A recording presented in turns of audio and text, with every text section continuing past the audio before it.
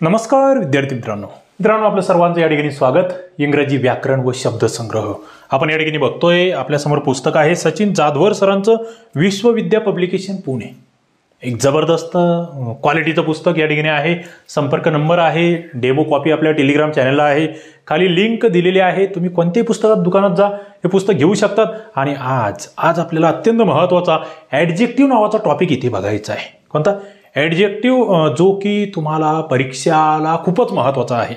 आणि आपला STI RCP application याच्यावरही तुम्हाला इंग्रजी व्याकरणाचा आपण संपूर्ण कोर्स आणलेला आहे. आपलं MPSC स्पर्धा विश्व हे टेलिग्राम चॅनल, तिथेही तुम्हाला या संदर्भातल्या लिंक भेटतील. खाली डिस्क्रिप्शन बॉक्समध्ये लिंक भेटेल. ॲडजेक्टिव्ह या टॉपिकवर असलेले प्रश्न आपल्याला बघायचे. आतापर्यंत विविध परीक्षांना जे प्रश्न आले का, ते प्रश्न MPSC, इतर PSI, STI, SO किंवा सरळ सेवेच्या एक्झाममधले प्रश्न. Choose the correct phrase to complete the following sentence. Correct phrase: there were dash students in the class so the teacher postpone his lecture. शिक्षकांना लेक्चर पोस्टपोन करावं लागलं, पुढे ढकलावं लागलं. इतके कमी विद्यार्थी होते.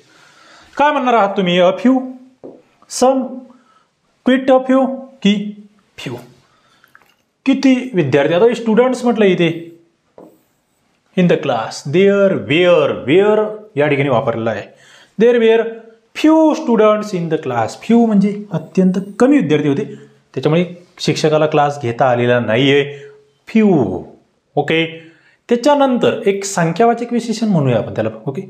ॲडजेक्टिव्ह ऑफ क्वांटिटी म्हणूया आपण. अनिश्चित संख्यावाचकचं हे उदाहरण आहे. मी पुढे जातोय. Choose the grammatically correct sentence. बघा, हा अशा स्वरूपाचा प्रश्न तुम्हाला मेन्सला येतो. आता तुमच्या समोर PSI, STI, ASO ची मेन्स आलेली आहे, बरोबर. त्या ठिकाणी तुम्हाला इंग्रजी व्याकरण आहे. त्याच्यानंतर तुम्हाला म्हाडामध्ये इंग्रजी व्याकरण आहे. तुम्हाला भूमी अभिलेखला इंग्रजी व्याकरण आहे. या सर्वांचे कोर्स आपण घेतो आहे. त्याच्यातही हे लेक्चर तुम्हाला भेटतातच आहेत. त्याच्यानंतर राज्यसेवा मुख्यला काही विद्यार्थी मित्र आहेत. आणि सरळ सेवेच्या विविध एक्झाम, तलाठी, ग्रामसेवकला या ठिकाणी हा टॉपिक. त्या दृष्टिकोनातून आपण हे बघतोय. ग्रॅमॅटिकली करेक्ट काय वापरणार तुम्ही? The first 2 chapters of the novel are rather dull. The 2 first chapters. बघा, घोळ कुठे आहे? इथे द फर्स्ट म्हणायचं, द 2 म्हणायचं, म्हणजे द फर्स्ट 2 म्हणायचं, द 2 फर्स्ट म्हणायचं, द 2 फर्स्ट म्हणायचं, द लास्ट 2 म्हणायचं. आता तुम्ही म्हणाल की बाबा चला इथे हे पहिलं आणि चौथं तर सारखं आहे. बघा, दच्या नंतर किंवा द कशाच्या आधी येतं? द येतं क्रमवाचक संख्येच्या आधी. क्रमवाचक, त्याला आम्ही काय म्हणतो माहिती का? ऑर्डिनल्स असं म्हणतो त्याला आम्ही. ऑर्डिनल्स म्हणजे आधी द येणार आणि नंतर फर्स्ट येणार. मग इथेही तेच आहे. इथे लास्ट म्हणलंय, लास्ट सुद्धा तर ऑर्डिनल्स आहे. मग 1 की 4? मग पुढे आम्हाला चेक करावं लागतं. Chapters of novel are rather dull. इकडे म्हणजे chapters of the novel is dullest. आता हे काय? चॅप्टर्स आहे म्हणजे अनेक प्रकरणं आहे. प्रकरणं ही अनेक आहेत. चॅप्टर्स यस लावलाय, प्लुरल फॉर्म आहे, मग आर येईल की इज येईल? इथे येणार आहे आर, कारण की प्लुरल आहे. आणि मग इकडे दच्या नंतर जे डेफिनाईट आर्टिकल आहे ना द, त्याच्या नंतर आम्ही काय वापरतोय? इथे क्रमवाचक संख्या विशेषण वापरतो आहोत. लक्षात घ्या. उत्तर येत आहे. पुढे जातोय मी. बघा, some people add dash sugar in their tea. Few, a lot of, some, a few. Some people add. काय म्हणणार आहात? आता इथेच ऑलरेडी आलंय. काही लोकांनी त्यांच्या चहामध्ये शुगर ॲड केली. अ लॉट ऑफ. PSA 1992 मध्ये आलेला हा प्रश्न आहे. मात्र इंग्रजी आणि मराठीला ते जुनं होत नसतं. ते काही चालू घडामोडी नाही. तुम्ही म्हणाल सर 92, आज 2022. भाऊ, विशेषणच आहे. ते चांगला मुलगा म्हटलं, ते चांगला आधी आलंय, त्याला आधी विशेषणच म्हणणार सर. 1950 मध्ये जा, 1860 मध्ये जा. त्याच्यामुळे इथे जुनं नाही होत. पुढे choose the correct alternative to fill in the blank. बघा, a brilliant orator and a dash freedom fighter. कोण? Strong, unique, great, brave, brilliant orator and तुम्ही काय म्हणणार आहात? फ्रीडम फायटरसाठी तुम्ही कोणता ॲडजेक्टिव्ह वापरणार आहात? इथे बघा, इथे तुमची होकॅप पाहिजे, इथे तुम्हाला वाक्याचे अर्थ कळाले पाहिजे, तर या ठिकाणी उत्तर जमणार आहेत.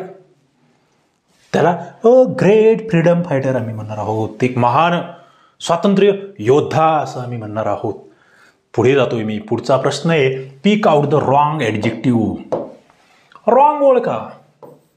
फादर पॅटर्नल, ब्रदर फॅटर्नल, त्याच्यानंतर डेथ मॉर्टल, म्हणजे आपण म्हणतो ना वडील, आणि मग त्याला आपण पितृ असं काहीतरी म्हणू शकतो. ब्रदर म्हणजे भाऊ, मग बंधुत्व असं आपण त्या ठिकाणी म्हणू शकतो. डेथ मृत्यू, आणि इथे मग त्याला आपण त्याला ते ऐहिक वगैरे असे जे शब्द आहेत ते आता मला आठवत नाही, पण त्या पद्धतीचे शब्द आहे, ते ॲडजेक्टिव्हच आहे, ते लक्षात घ्या. इथे हे मात्र चुकतं आहे, 4थ्या नंबरचं अर्थल चुकतं आहे. पुढे, she looks like a girl next door. Next door, आणि तुम्हाला विचारलं अंडरलाईन वर्ड फंक्शन्स ॲज. काय कार्य आहे त्या अंडरलाईन केलेल्या शब्दाचे. हे नेक्स्ट काय म्हणून आहे? An adjective, an adverb, preposition, noun. बघा, नेक्स्ट पुढचा दरवाजा, मागचा दरवाजा, अव्यय साधित विशेषण म्हणतो आपण त्याला मराठीमध्ये. इथे काय ॲडजेक्टिव्ह आहे, या दरवाजाबद्दल अधिक माहिती सांगते, ते डोअरबद्दल अधिक माहिती सांगते, नेक्स्ट डोअर. पुढे, fill in the blank with the correct alternative. He is going to the movie with dash boys. He is going to the movie with dash boys. Too little other litter to other too little to other little. बघा, प्रश्न थोडा मजेशीर आहे. प्रश्नामध्ये मजा आहे, तुम्हाला इथे उत्तर द्यायचं. काय लो याचा क्रम तुम्हाला सांगायचा आहे की काय येणार आहे. Other two little boys with other, with other, with other. Two little, little बद्दल अधिक माहिती सांगणारं विशेषण काय येईल? टू येईल. म्हणजे लिटल हे नाव नाही, बरोबर. खरं म्हणजे लिटल हे नाव नाही, लिटल हे सुद्धा विशेषणच आहे. लिटल हे सुद्धा विशेषणच आहे, टू हे सुद्धा विशेषणच आहे. ऑदर आपण म्हणतोय. आता इथे क्रम कसा आहे तो लक्षात घ्या. बॉईज हे नाव नाही, नामाबद्दल अधिक माहिती सांगते. लहान, दोन, इतर. ओके, ॲडजेक्टिव्ह आपण बघतो, ॲडजेक्टिव्हचा क्रम तुम्हाला या ठिकाणी सांगितलं गेलेला आहे, तो लक्षात घ्या. पुढे मी जातोय, choose the correct alternative to fill in the blank. Dash unemployed persons were present at the demonstration. काय, much, many, a great many, a many. बघा इथे विशेषणांचा वापर आहे. अनएम्प्लॉईड पर्सन्स, वेअर इथे याच्यावर डिपेंड येते. पर्सन्स आणि वेअरवर डिपेंड की इथे वापरायचं काय. इथे वापरायचं आहे, इथे आहे प्ल्युरल फॉर्म आहे, प्ल्युरल. हा प्ल्युरल कधी येईल? खाली जर बघितलं ना, मेनी अ वाला इथे येणारच नाहीये, विशेष नाहीये, मचचा नाहीये विषय. अ ग्रेट मेनी की अ मेनी.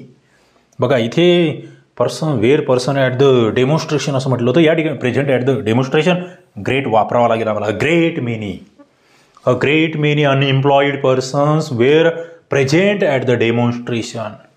पुढे जातोय मी. पुढचा प्रश्न आहे, fill in the blank with the correct form of the comparative degree. बघा, comparative degree. आता ॲडजेक्टिव्ह आम्हाला माहिती आहे, डिग्रीचेच फॉर्म असतात, डिग्री ॲडजेक्टिव्हचेच फॉर्म असतात. It's becoming dash to find a job. It's becoming dash to find a job. Harder and harder, more and more hard, hard and more hard, increasingly more hard. बघा, interesting प्रश्न आहे. 9वा प्रश्न या ठिकाणी आहे. तुम्ही जर बघितलं, हा प्रश्न आलाय, हा प्रश्न रिपीट झालाय, हा प्रश्न पुन्हा रिपीट होईल.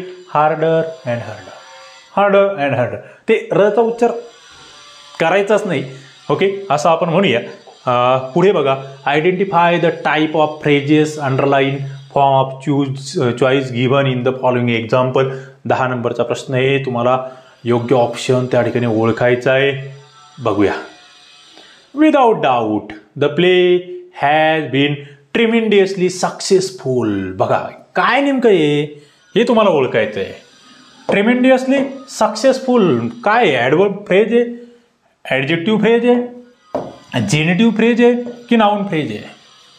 इंटरेस्टिंग आहे. हा प्रश्न वेगळा आहे. 10 नंबरचा प्रश्न वेगळा आहे आणि सरळ आहे. Without doubt the play has been tremendously successful. त्या ठिकाणी त्या प्लेबद्दल बोलल्या गेले. ट्रेमेंडियसली सक्सेसफुल हे त्या ठिकाणी ॲडजेक्टिव्ह आहे त्याला आम्ही ॲडजेक्टिव्ह फ्रेज असं म्हणणार आहोत. उत्तर बघा, पुढे मी जातोय. पुढचा प्रश्न तुमच्यासाठी आहे, fill in the blank with the appropriate alternative from those given below. IBला आलेला प्रश्न इंटेलिजन्स ब्युरोला, this machine is of dash use to me so I am selling it off. बघा, this machine is of dash use to me, त्याचा मला वापर एवढा कमी होतोय म्हणून मी त्याला काय करतो आहे सेलिंग करतो आहे, विकतो आहे असं म्हटलेलं आहे. 11 नंबरचा प्रश्न आहे. अ लिटल, त्याचा यूज जो आहे ना तो कसा होतोय? अ लिटल असेल तर थोडाफार होतोय बाबा. लिटल आहे म्हणजे नसल्यागतच एकदम, त्याचा वापरच काही होत नाहीये. लक्षात घ्या, इथे फ्यू येणार, अ फ्यू येणार, लिटल येणार, अ लिटल, लिटल येणार आहे, लिटल येणार आहे. जेवढा जास्त सराव कराल तेवढं तुम्हाला या ठिकाणी हे जास्त पटकन त्या ठिकाणी लक्षात येत जाईल. ओके, टॉपिक आपण शिकवतोय, आपण हा टॉपिक ॲडजेक्टिव्ह हा टॉपिक घेतलेला सुद्धा आहे. आपल्या STI RCP ॲप्लिकेशनमध्ये जो इंग्रजी व्याकरणाचा कोर्स आहे त्याच्यामध्ये तुम्हाला हे सगळे लेक्चर्स भेटतील. किंवा तुम्ही राज्यसेवा, PSI STISO, group C, combine group C, सरळ सेवा, तलाठी सगळ्या कोर्सेसमध्ये इंग्रजी व्याकरणाचे जे लेक्चर्स आहेत तिथे जाऊनही तुम्ही ॲडजेक्टिव्हचं लेक्चर बघा. तुम्हाला हे सगळे यूज आपण का, लिटल का, अ लिटल का, फ्यू का, अ फ्यू का, सगळ्या बाबी आपण घेतलेल्या आहेत. ओके, पुढे मी जातोय. Geeta is taller than her sister. In the above sentence the superlative degree, बघा superlative degree of the underline item would be. टॉलरची सुपरलेटिव्ह डिग्री काय असणार आहे? टॉलरची सुपरलेटिव्ह डिग्री काय असणार आहे? इथे जर तुम्ही बघितलं सरळ हो, काय EST लावतो आम्ही, टॉलरचं टॉलेस्ट होईल. हे इथे मोस्ट टॉल वगैरे नाही, टॉलरचं टॉलेस्ट होणार आहे. म्हणजे या ठिकाणी लक्षात घ्या. आपण पुढे जातोय. पुढचा प्रश्न तुमच्यासाठी आहे, was the cricket team successful? Out of the 11 players dash 5 played well. Out of the, इथून सुरुवात आहे. कुठे? इथून सुरू होतो तो घोळ. आउट ऑफ द, जर तिथे आउट ऑफ द आलंय सर्वांपैकी काही असेल तर मग तुम्ही काय म्हणणार आहे? ऑल 5 प्लेयर्ड वेल, ओनली 5 प्लेयर्ड वेल, सम 5 प्लेयर्ड वेल, एव्हरी 5 प्लेयर्ड वेल. इथे मला वाटतं डोकं लावायची गरजच नाही आहे. 11 पैकी फक्त 5 चांगले खेळत आहेत आणि पैकी फक्त जर असेल तर मग आम्ही ओनली, बस ओनली STI RCP ॲप्लिकेशन असं जेव्हा आपण म्हणतो तेव्हा इतर पैकी तेवढं एकच. तसं आहे. पुढे जातो मी. Please give me dash dash, choose the appropriate form. काय? Soaps, some soap, a few soap, a few soaps. बघा, सम वापरायचा की फ्यू वापरायचा. आणि इथे जर बघितलं तुम्ही, प्लीज गिव्ह मी, कृपया मला थोडंसं सम सोप तुम्ही इथे म्हणणार आहात. सम सोप लिहून घेत चला. मुद्दे जास्तीत जास्त प्रश्नांचा सराव करावा लागेल, त्याच्याशिवाय नाही होणार आहे. तुम्ही म्हटले की रेडीमेड आहे तर कमी वेळेवर उठलो की सुटेल, तलाठी भरती आहे, 25 प्रश्न आहे, 25 प्रश्न 100 पैकी 200 पैकी 50 आहे. ग्रामसेवक तसंच, इतर वेगवेगळ्या परीक्षा आहे. सगळ्या सरळ सेवेच्या एक्झामला इंग्रजी व्याकरण महत्त्वाचं आहे. बघा, I saw dash dash yesterday, choose the correct option. I saw dash dash yesterday, काय पाहिलं मी काल? बघा, much deer in the zoo, many deers in the zoo, many deers in zoo, a lot of deer in the zoo. बघा, इथे व्यवस्थितच अभ्यास पाहिजे, वाचन पाहिजे. इंग्रजीचं थोडंफार वाचन, पेपर वाचन, न्यूजपेपर वाचन असेल तर मग असे प्रश्न तुमच्या लगेच, अरे lot of deer in the zoo. वाचनच मला वाटतं इथे फक्त ग्रामरचे रूल्स पाठ करून ग्रामर चांगलं होत नसतं किंवा होकॅप चांगलं होत नसतं, हे लक्षात घ्या. पुढे मी जातोय. Which one of the following alternatives is not an adjective? खालपैकी कोणतं ॲडजेक्टिव्ह नाही? Tall, few, ugly, fluently. Tall उंच, फ्यू कमी, अगली घाणेरडा, आणि फ्लुएंटली स्पष्ट वक्ता किंवा स्पष्ट वक्तपणे असं आपण त्याला म्हणू शकतो. इथे काय? इथे चौथं हे LY जोडलंय ना, हे काय असतं मला ते सांगायचं. कमेंट बॉक्समध्ये सांगा. शिकवलंय तुम्हाला मी, त्याच्या काही टेक्निक्सही तुम्हाला मी सांगितले होत्या. पुढे जातोय मी. बघा, मॅग्यूज अचिव्हमेंट्स आर पर्टिक्युलरली नोटवर्दी. बघा, नोटवर्दी, नोटवर्दीचा अर्थ माहिती असला पाहिजे. Identify the part of speech of the underline word, noun, adverb, adjective, hub. बघा, त्याची जी अचिव्हमेंट आहे ना, ही एक विशेष उल्लेखनीय आहे. उल्लेखनीय जेव्हा आम्ही म्हणतो ना तेव्हा आम्ही त्याला ॲडजेक्टिव्ह म्हणणार, जरी ते शेवटी वापरलेलं असलं तरी. ते काही मराठीसारखं नाही की नामाच्या आधीच, तसं काही नाही आहे. ते नामाबद्दल अधिक माहिती सांगितली त्यांनी पाहिजे. पुढे, use the correct form of adjective in the given sentence. This is the dash point on the mountain range. This is the dash point on the mountain range. Further, farthest, further की farthest. बघा, mountain रेंजवरचा तो एक असा point आहे, म्हणजे दूरचा point आपण त्याला म्हणू शकतो. त्याच्यासाठी तुम्ही काय वापरणार आहात, दूरसाठी तुम्ही काय वापरणार आहात. ॲडजेक्टिव्हचा यूज तुम्हाला जर माहीत असेल तर तुमचं चुकत नाही. त्याला आम्ही फारदेस्ट म्हणतो, फारदेस्ट, फारदेस्ट असं आम्ही त्याला म्हणतो. दूरच्यासाठी त्या ठिकाणी तो शब्द आम्ही वापरतो. And the correct adjective of given word, comfortably हा शब्द तुम्हाला दिला आहे. कोणता DED CETला आलेला हा प्रश्न आहे. कम्फर्टेबली हा शब्द तुम्हाला या ठिकाणी दिलेला आहे आणि तुम्हाला त्याचा योग्य ॲडजेक्टिव्ह ओळखायचा आहे. कम्फर्टेबलीचा काय येणार आहे. Comfort, comfortful, comforting, comfortable. काय सरळ आहे कम्फर्टेबल. मला कम्फर्टेबल वाटते, चांगलं वाटणे, सुव्यवस्थित सगळं काही ठीकठाक वाटणे, कम्फर्टेबल म्हणतोय आपण. पुढे मी जातोय. पुढचा प्रश्न तुमच्यासाठी आहे. नो अदर वुमन वाज as strong as Indira Gandhi in Indian politics. इथे दिलं आहे तुम्हाला स्ट्रॉंग आणि विचारलं काय, choose the form from the given option the correct superlative form of the superlative form. Bus strong दिले, काय येणार, स्ट्रॉंगर काय हो, कम्पॅरेटिव्ह फॉर्म आहे. मोस्ट स्ट्रॉंग, मोर स्ट्रॉंग की स्ट्रॉंगेस्ट. आता इथे येतं मोस्ट स्ट्रॉंग घ्यायचं की स्ट्रॉंगेस्ट घ्यायचं. स्ट्रॉंगचा सुपरलेटिव्ह फॉर्म तुम्हाला विचारलेला आहे. इंटरेस्टिंग आणि महत्त्वाचं. सरळ स्ट्रॉंगचा स्ट्रॉंगेस्ट येणार आहे. ओके, स्ट्रॉंगचा स्ट्रॉंगेस्ट. ये मोस्ट केव्हा वापरायचं असतं, जेव्हा तो इथे एस्ट लागून होतच नाही बाबा फॉर्म, त्यावेळेस तो वापरायचा असतो. लक्षात राहू द्या. It is a quiet place म्हटलंय. आता हे याला काय म्हणायचं होतं यांना, की एक शांत ठिकाण आहे. आता इथे शांतीसाठी हा शब्द आहे का, दोन शब्द आहे बघा. एक हा क्विट आहे आणि एक असा असा असा एक, आणि अजून तिसरा सुद्धा एक आहे.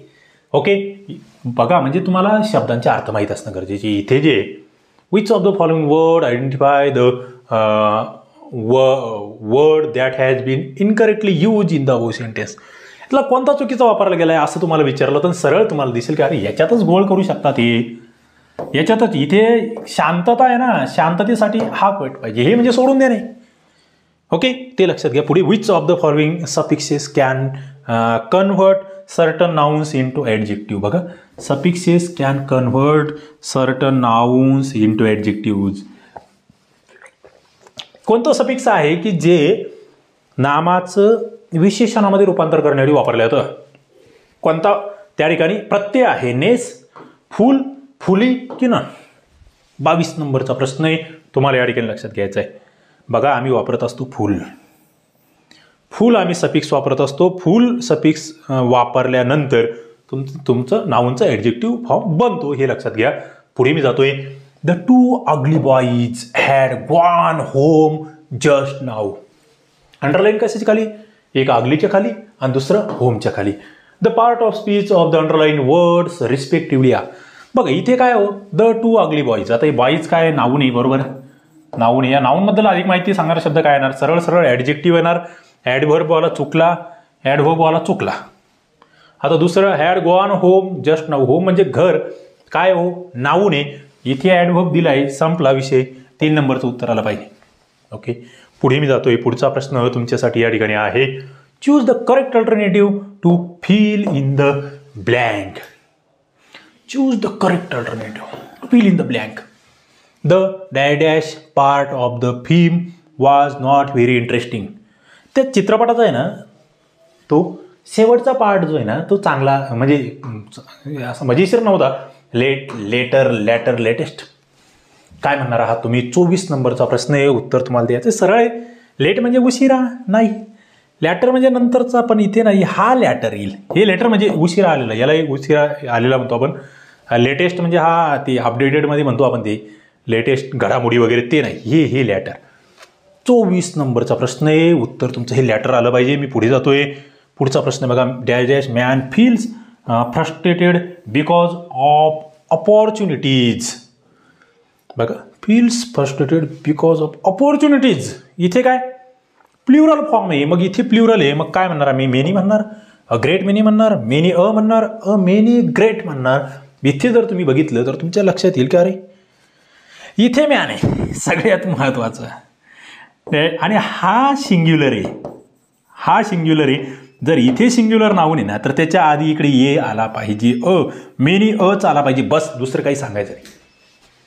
बघा मुद्दे लक्षात घ्या, मुद्दे कामाचे. तुम्हाला निश्चितपणे याच्यातून तुमचा सराव होत असावा, तुम्हाला हे आवडत असावं, तुम्हाला हे कळत असावं. कळत असेल तर लाईक करा, शेअर करा, कमेंट बॉक्समध्ये कमेंट करा.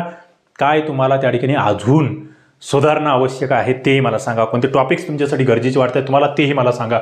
मी तर घेतोच आहे. मी जुन्या प्रश्नपत्रिका पाहून तुमच्या समोर या ठिकाणी सगळ्या गोष्टी आणतोय. This chair is very digest for me. Choose the correct opinion from the following to fill in the blank. This chair is very comfortable, comforting, comforts. आता हा प्रश्न आपण घेतला ऑलरेडी. काय आम्ही ते कम्फर्टेबल जे आहे ते या ठिकाणी ॲडजेक्टिव्ह वापरलेला आहे. पुढे जातोय मी. पुढचा प्रश्न, choose the right adjective and fill in the blank. Could you lend me dash money? Could you lend me dash money? Some, any, much, little. गाजलेलं आहे हे वाक्यच, गाजलेलं आहे. फक्त वाचन पाहिजे, पण वाचन नसेल तर आमच्यासाठी काहीच गाजलेलं नाहीये. आमच्यासाठी आम्हीच गाजतो मग फक्त. कुड you lend me some money? काय म्हणे तुम्हाला उसने देशील? सम सम सम सम म्हणणार आहोत आम्ही, कोणतेही नाही म्हणणार आम्ही. Okay. Choose the correct alternative to fill in the blank. 28 नंबरचा प्रश्न आहे. तुम्हाला योग्य त्या ठिकाणी पर्याय ओळखायचा आहे. बघा, Ram is dash than Lakshman. बघा, राम हा लक्ष्मणपेक्षा काय आहे? Elder, older, eldest, oldest. मित्रांनो इथे एक गोष्ट घ्या, नाते संबंध जे असतं ना तिथे काय वापरायचं हे तुम्हाला कळायला पाहिजे. इथे काही नातेसंबंध नाही आहे, लक्षात घ्या. नातेसंबंधामध्ये काय वापरत नाही हा नियम जर तुम्हाला माहीत असेल तर मग विषय कटतो. नातेसंबंधामध्ये हे ओल्डर आणि ओल्डेस्ट वापरत नाही, म्हणजे नातेसंबंध नाही म्हणजे इथे 100% ओल्डर किंवा ओल्डेस्ट येणार. आणि जर इथे ध्यान आलाय तर 100% ओल्डर येणार. ओल्डर द्यान लिहून घ्या, ओल्डर द्यान. ओल्डर द्यानच वापरायचं.